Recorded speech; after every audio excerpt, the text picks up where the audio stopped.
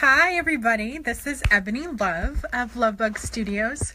I am a Viking ambassador and I'm here with my Viking designer epic, and I want to show you guys something that I learned recently and is now one of my favorite features on the designer epic. So I'm just gonna take a couple minutes to see if we get people to join. If not, you can always watch this video later. It'll stay saved onto my Facebook page.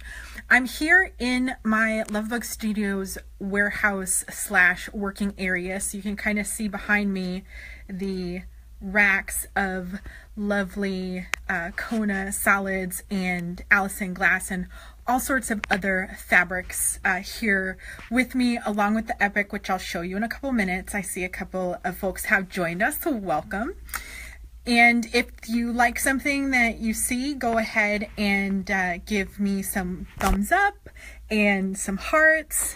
And if you have any questions, just go ahead and post those in the comments and we'll get those going. So just if you're joining us, I'm Ebony Love with LoveBug Studios, and I'm also a Viking ambassador, and we're sharing some information about my Viking designer epic. So I'm going to turn the camera around so you can actually see the machine, and pardon the loose threads and the batting dust and all of those things that you'll see on my sewing table, because this is a working studio. So let's get started. All right, where's that? Oh, sorry.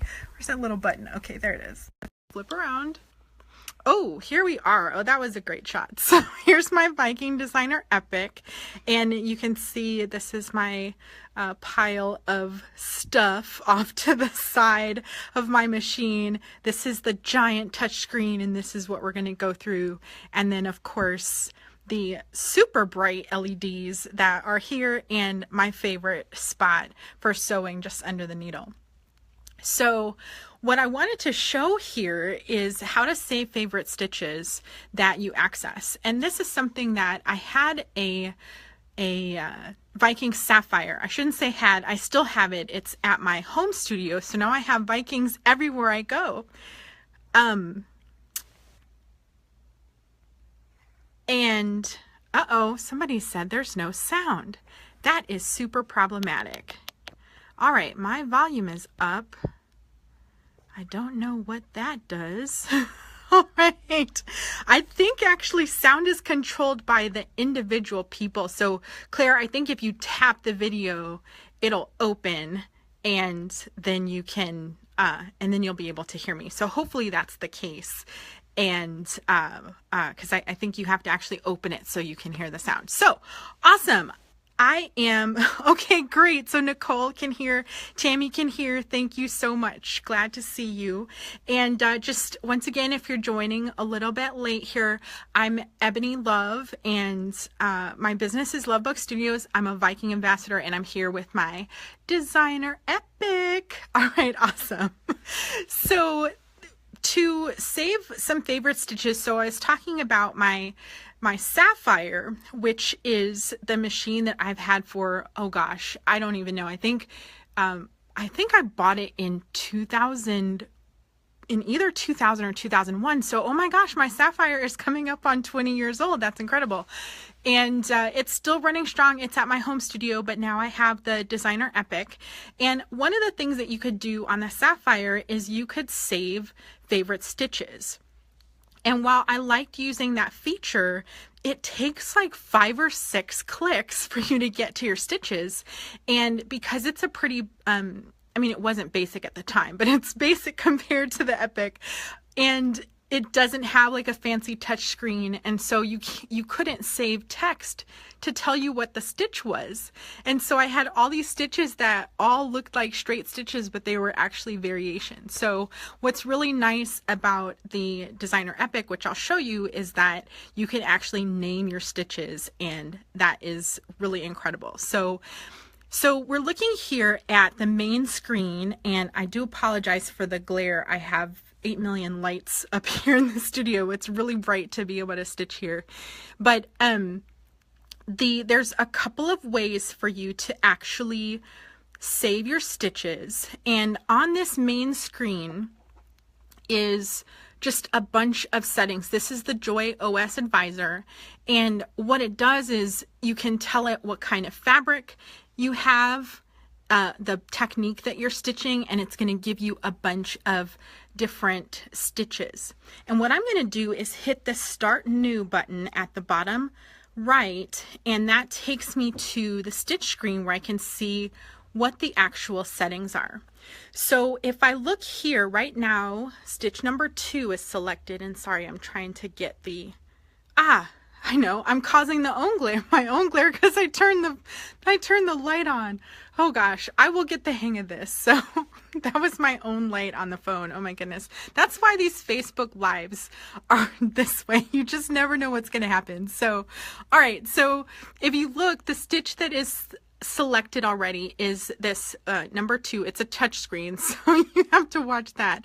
So it's number 2, which is a center straight stitch, and you can see that my settings are, it's a 2.5 inch stitch length, and it's a straight stitch, so you really don't get a stitch width, but you can move the position of the needle, and that is this set of buttons here, which moves the needle.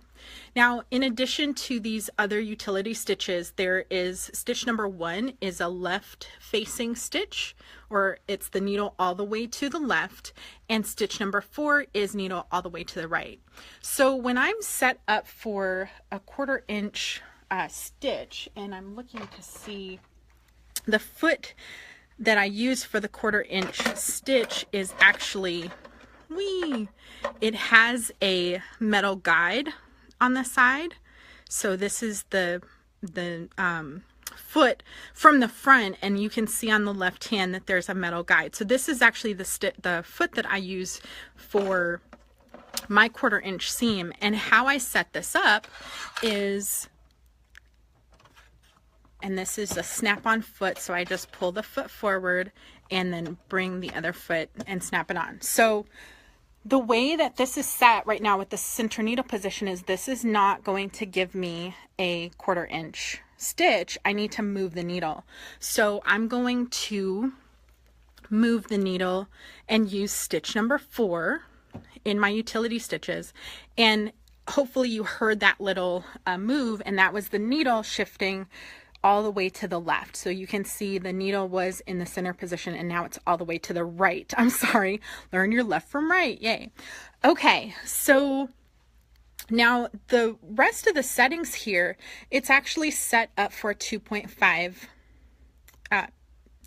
millimeter stitch length. And to me, this is actually a garment stitch length, or garment or apparel stitch length, and so I reduce my stitch length to either 1.5 or 2.0. I usually stitch with 2.0, and that's what I use for chain piecing.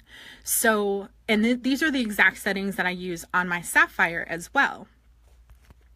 And so it's fully to the right with my edge stitch foot and my stitch length to 2.0, and you can see that when I hit that stitch number 4, the needle position is now all the way to the right, which is 3.5, position 3.5, all the way to the right. I'm sorry, I will get left and right correct. It's all the way to the right. Good Lord.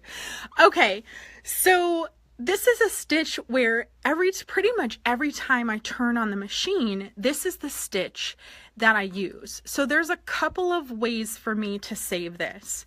One is called a Smart Save. And the Smart Save is down here at the bottom. It's the needle with the heart next to it. So this is like my very favorite, most used stitch.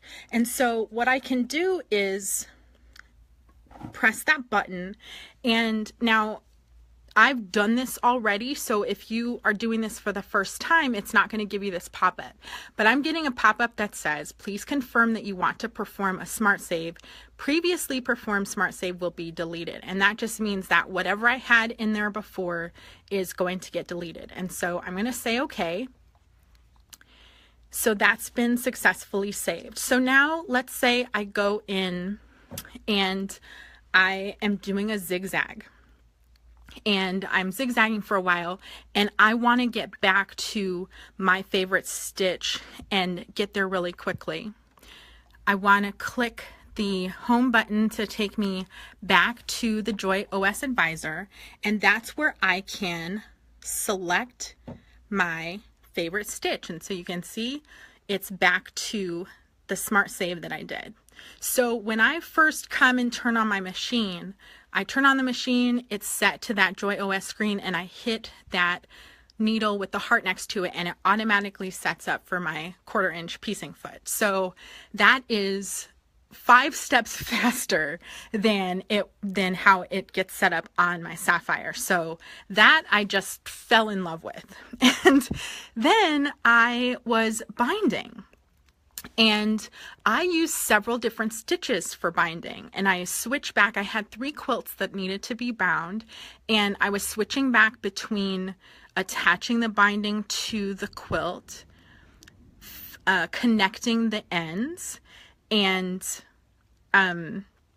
then stitching I use a zigzag stitch to attach the binding to the quilt. And so I switch between those 3 stitches all the time, and it was getting really frustrating to only have one Smart Save available, and I needed access to kind of more stitches, and so that I could switch back between them. So now I'm going to show you how to save more than one favorite stitch. So let's say I want to set up for my binding.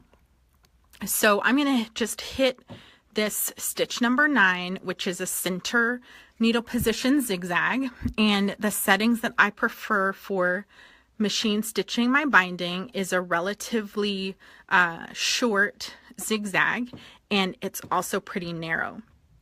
So this is a 3.0 millimeter long, sorry, it's 3.5 millimeter long stitch, and it's 2.0 millimeters wide. So that is the setting that I prefer for my binding. So what I'm going to do now is go to the little cloud with the heart button that's next to the needle with the heart. So the needle with the heart is the Smart Save, and the cloud with the heart is where you can save your new stitches. So I come in here and I get a pop-up screen, and it's asking me to name this stitch. So I can come in here, and there's a keyboard here where I can kind of maneuver you can of course touch screen it, but you can also use the little cursor buttons to move the cursor through the line. I'm going to take out the name that was there, and now I'm going to name this Zigzag for Binding.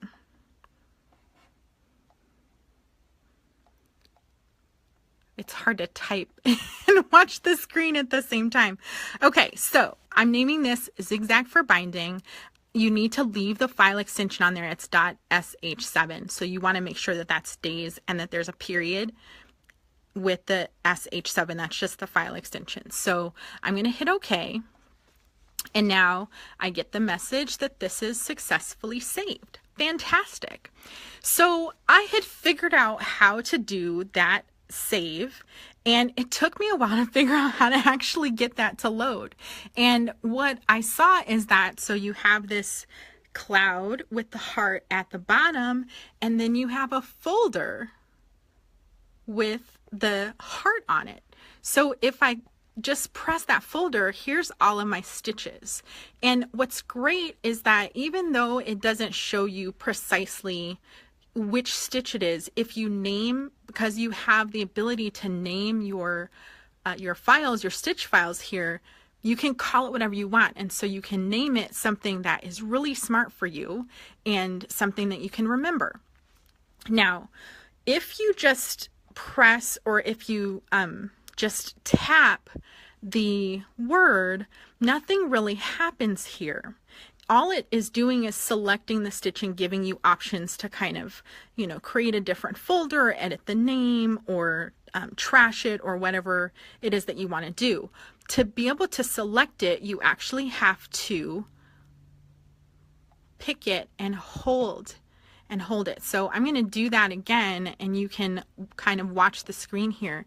If I just tap it, nothing happens. If I hold it down, it switches to the stitch. So that's how you can quickly access your favorite stitches. So when I am stitching, binding, I can go, okay, here we go. Here's my 1/4 inch.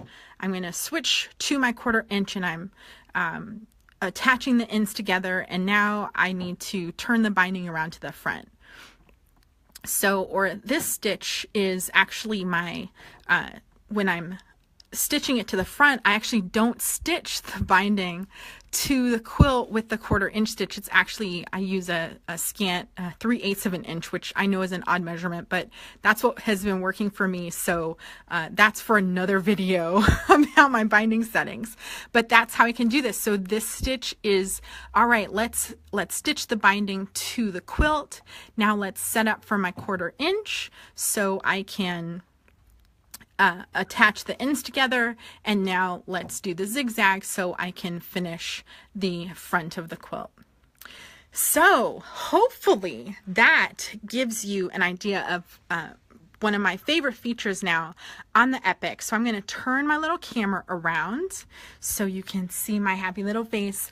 All right, so thanks for sticking around while I did that video. I hope you enjoyed that. If there's something else that you want to see, that you want me to demo, that I can show you about the Epic, I'm happy to share with you. If you liked what you saw, give me a thumbs up or a heart. I really appreciate that. Feel free to share this video with your friends too. Like I said, this is going to stay up on my Facebook page, and so you're welcome to share it and pass it around if that's helpful. And if you have any questions or you want me to do more demo videos, let me know. So this is Ebony Love of LoveBug Studios signing off as a Viking ambassador, just doing a little demo with my Epic. So hope that was helpful for you and you enjoy, and we'll see you soon. Bye-bye.